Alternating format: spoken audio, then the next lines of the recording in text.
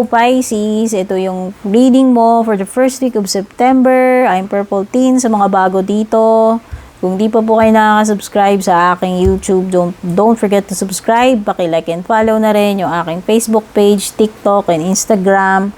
At sa mga may gusto ng personal reading, take note, may bayad po ang personal reading. Mag-send lang po kayo ng private message sa aking Facebook page. Yung link at details na kailangan nyo nasa description below. So, pakibasa na lang.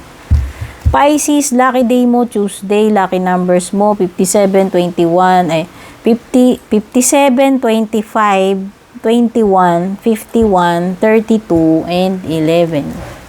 So, ano ba tong mga energies or mga paparating sa iyo first week September? Uy, Ace of Cups. So, this is something na mukhang ikaka-excite mo or ikaka-happy mo. Ayan o, parang may celebration eh. Kung ano naman itong magandang pangyayari na mukhang ipagse-celebrate mo. Okay? Baka may marireceive kang blessing kasi minsan si Ace of Cups ganun din. No? Lumilitaw siya pag may marireceive kang magandang bagay or blessing. Minsan lumalabas din si Ace of Cups kapag nagsisimula ka ng partnership or commitment. Okay? Whether kahit anong partnership yan. No?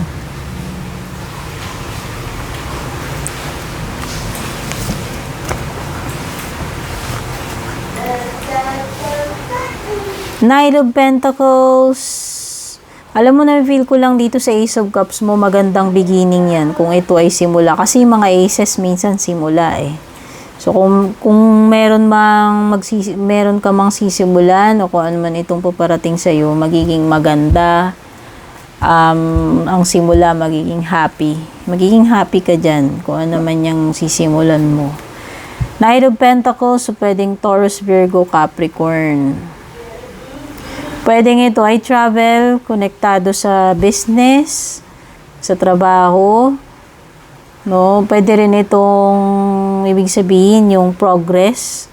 So, ito ay slow and steady progress pag nakita mo si Knight of Pentacles. So, ibig sabihin ito, pwedeng hindi mo nanonotice yung, yung progress, pero meron. No? Pwedeng nababagalan ka, pwedeng naiinip ka.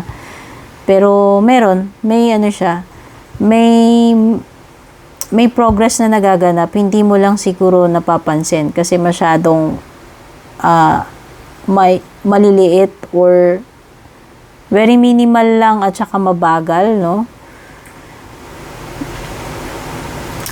Para dun sa iba sa inyo, kung tao to. So, ito yung tao na pwedeng very dedicated siya kahit na hindi siya yung sabihin na natin kung manliligaw, siya yung torpe, siya yung mabagal, pero solid yan, sincere siya sa'yo. O, yun yung example ko. No?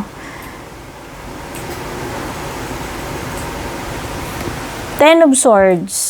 Okay, matatapos na kung ano man itong pain in the ass para sa'yo. Pisces, real talk. Kung ano man itong bagay na nagpapahirap sa'yo, nagpapabigat sa'yo, by first week of September, mawawala na, matatapos na yan. So, kung mga kautangan mo yan, mga responsibilidad mo yan, maglalaho na yan. Matatapos na, no? So, ibig sabihin lang yan, magiging free ka na uli, magiging maginhawa, makakaluwag-luwag ka na, no? Kumbaga gagaan gagaan na yung kalooban mo. Makaka-feel ka ng relief, o di ba? Relief. The level pwedeng merong encounter with a Gemini tuloy. Sorry. I stand corrected. Capricorn. No, ayan. Nire-represent ni Devil is Capricorn. So, pwede may Capricorn ka makaka-deal. Ibig sabihin lamang nito with the devil card, it could be kung papasok ka sa isang relationship is pwedeng mahuhook ka dito sa person na to. Pwedeng bad company, pwedeng toxic person. O pwedeng addiction, obsession, kumbaga yung tipong mai-infatuate ka. No? Pwedeng friends with benefits. Pwedeng isang, alam mo yun, yung codependency. Pwedeng magkaroon ka ng connection sa isang tao na user, whether jowa mo man yan or friend, no? Alam mo yun, yung mga ganun. Or parang matetempt kang gawin yung mga bawal or alam mong unhealthy or hindi dapat gawin. Yan. So, maraming ibig sabihin yun eh. Si Devil card eh. So, pwede rin yung iba sa inyo, hindi ka makaalis dito sa codependent na relationship. Hindi lang ito kajowaan guys maraming pwedeng ito ay trabaho. Hindi ka makaalis dyan kasi kailangan mo pa rin yung pera. No? O kahit na alam mo yun, nabubugbog ka na dyan and maliit lang yung sweldo mo, hindi mo magawang umalis. O kaya parang natali ka dun sa contract, no? Parang ganun. Basta yung bad company, toxic na kalagayan na hindi ka makaalis basta-basta. Okay? At tignan pa natin ibang energies.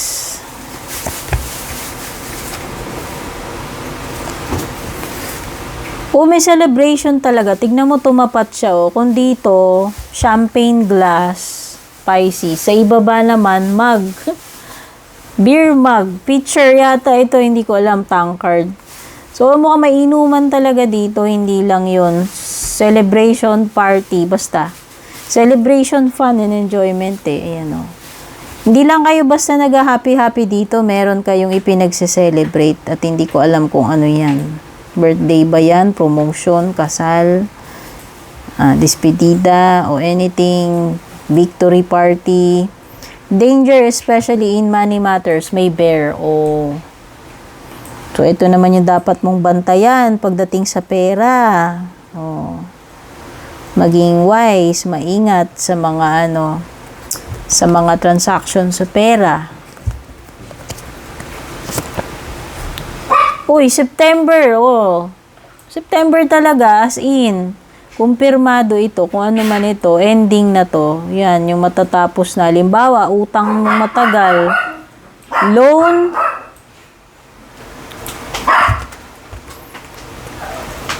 halimbawa, may matagal ka ng hinuhulugan. Bahay man yan, kotse, or utang, ayan, matatapos na siya. Basta kung ano naman itong pain in the ass na sinasabi ko sa iyo, no? Matatapos na yan first week of September. Next, an emotionally secure, loving family is important to you. Okay, so mukhang may kinalaman ito sa family mo. Kung ano man yan, tinutukoy na yan. Okay, so mukhang merong something tungkol sa samahan ninyo as a family or couple. Kasi parang may binabanggit dito na emotionally secured na samahan. Baka may mga issues or concern pagdating sa pamilya or sa inyong mag-asawa, no? O parang magiging ninyo dito. Ayan, kasi meron ding lovers kay devil card dito. Okay.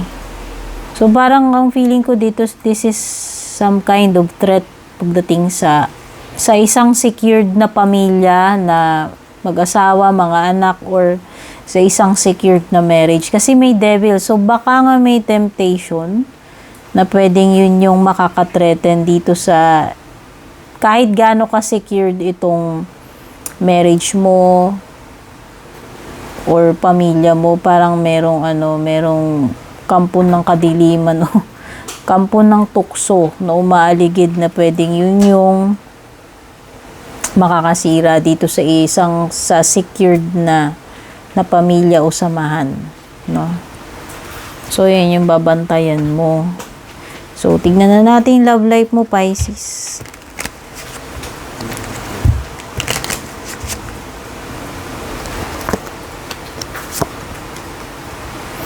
O, meron dito mga nagre-reminisce, may photograph, meron nagtitingin-tingin dito sa mga litrato, whether sa Facebook man ito, o kung meron kang mga litrato sa baul, na galing pa sa nakaraan mo, na jowa, na mga memories na naiwan sa'yo, mga remembrance, no? So, yan, basta meron lang dito nagno-nostalgia na tinitignan-tignan to mga picture, whether sa FB man ito o yung actual na mga litrato, no? Nag-ano kayo? Nagre-reminiscing. Okay, may binabalik-balikan dyan ng mga memories. Okay, pwede rin ditong merong iba na nakapag-move on na daw. Ayan, may boat eh. So, andun na kayo. Pwedeng iba, nakalipat na kayo ng bagong relationship. Mas okay na kayo dyan. Naka-move on na kayo. Naka-recover na kayo dun sa mga heartache ninyo na caused by itong mga failed na unsuccessful na mga kajawaan ninyo in the past. So, ayan. At least, di ba? Yung iba sa inyo naka-move on na. Kaya lang, alam mo yun, minsan, napapalingon-lingon ka pa rin dun sa past kasi pwedeng may mga alaala nga dyan sa paligid mo eh. May mga litrato pa na naiwan or anything na nakakapagpa-remind sa iyo dun sa nakaraan mo. Pero ang maganda dun is nag-heal ka na, naka-move on ka na. Pwedeng, oo, pag nakikita mo yung maalala mo pero hindi na kasing sakit nung dati kasi nga nag-heal ka na, no?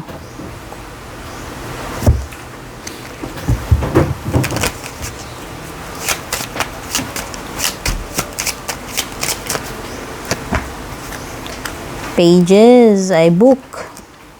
Alam mo, secret si Tay. Mukhang malakas ang energy na mare-reveal na itong mga nakatago. Ayan, lagot ka. Pisces, kung may tinatago ka daw sikreto, mabubunyag na, diba? Ayan, So, alam mo, kung ano naman mga may history man yan, o mga kwento na hindi mo nalalaman before, yan yung mga matutuklasan mo itong first week of September. Ayan, basta lahat ng bagay na nakatago dyan, sikreto man yan, mga kwento-kwento na hindi mo alam na may ganong kwento na nangyari, no? Yan yung mare-reveal itong first week of September. Ayan, yung mga secrets na yan, kung ano man itong mga misteryo na ito.